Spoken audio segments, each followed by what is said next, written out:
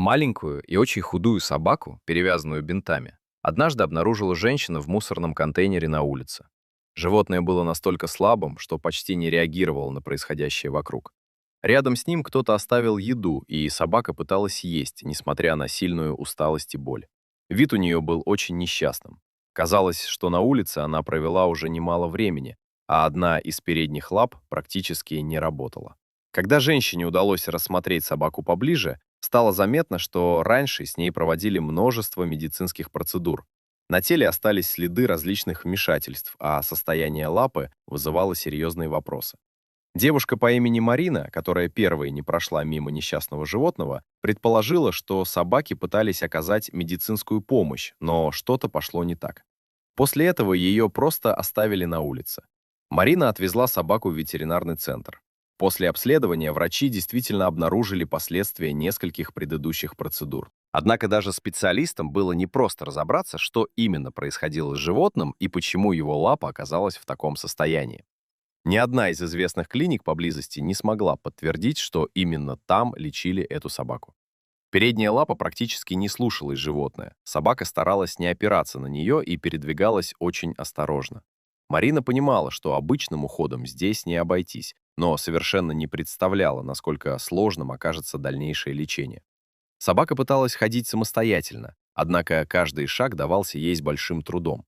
Смотреть на это было тяжело, поэтому Марина решила сделать все возможное, чтобы дать животному шанс на нормальную жизнь. Она понимала, что лечение потребует времени, сил и значительных расходов, но отказаться от собаки уже не могла. Через несколько дней животное отправилось в другой город, где его согласились принять специалисты. Марина сделала самое главное. Она просто не прошла мимо. Собаку назвали Бонни. В новом месте Бонни оказалась совсем худенькой и измученной. Она была тихой и очень осторожной, но при этом удивительно доверчивой. Собака старалась держаться рядом с людьми и словно боялась, что ее снова оставят одну. Несмотря на пережитое, Бонни постепенно начала привыкать к заботе. Для нее настоящим открытием стали миски с водой и едой, теплое место для отдыха и простые игрушки. Поначалу она смотрела на все это с удивлением, словно раньше никогда не сталкивалась с таким вниманием. Через некоторое время собака даже начала играть.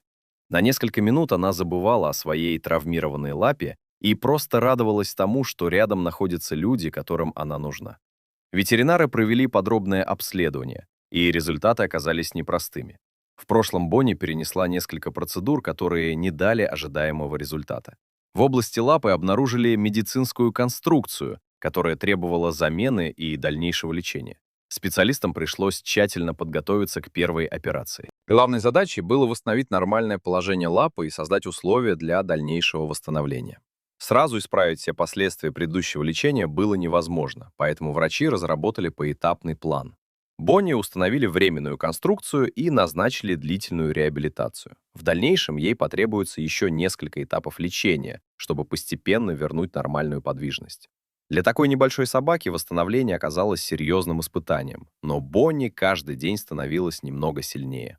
Она продолжала доверять людям, спокойно переносила процедуры и постепенно училась снова пользоваться своей лапой. История Бонни показывает, насколько многое может изменить один человек, который однажды решит не пройти мимо. У этой собаки было тяжелое прошлое, но благодаря заботе у нее появился шанс на совершенно новую жизнь. Если вам понравилась эта история, обязательно поддержите ее лайком и поделитесь рассказом с друзьями.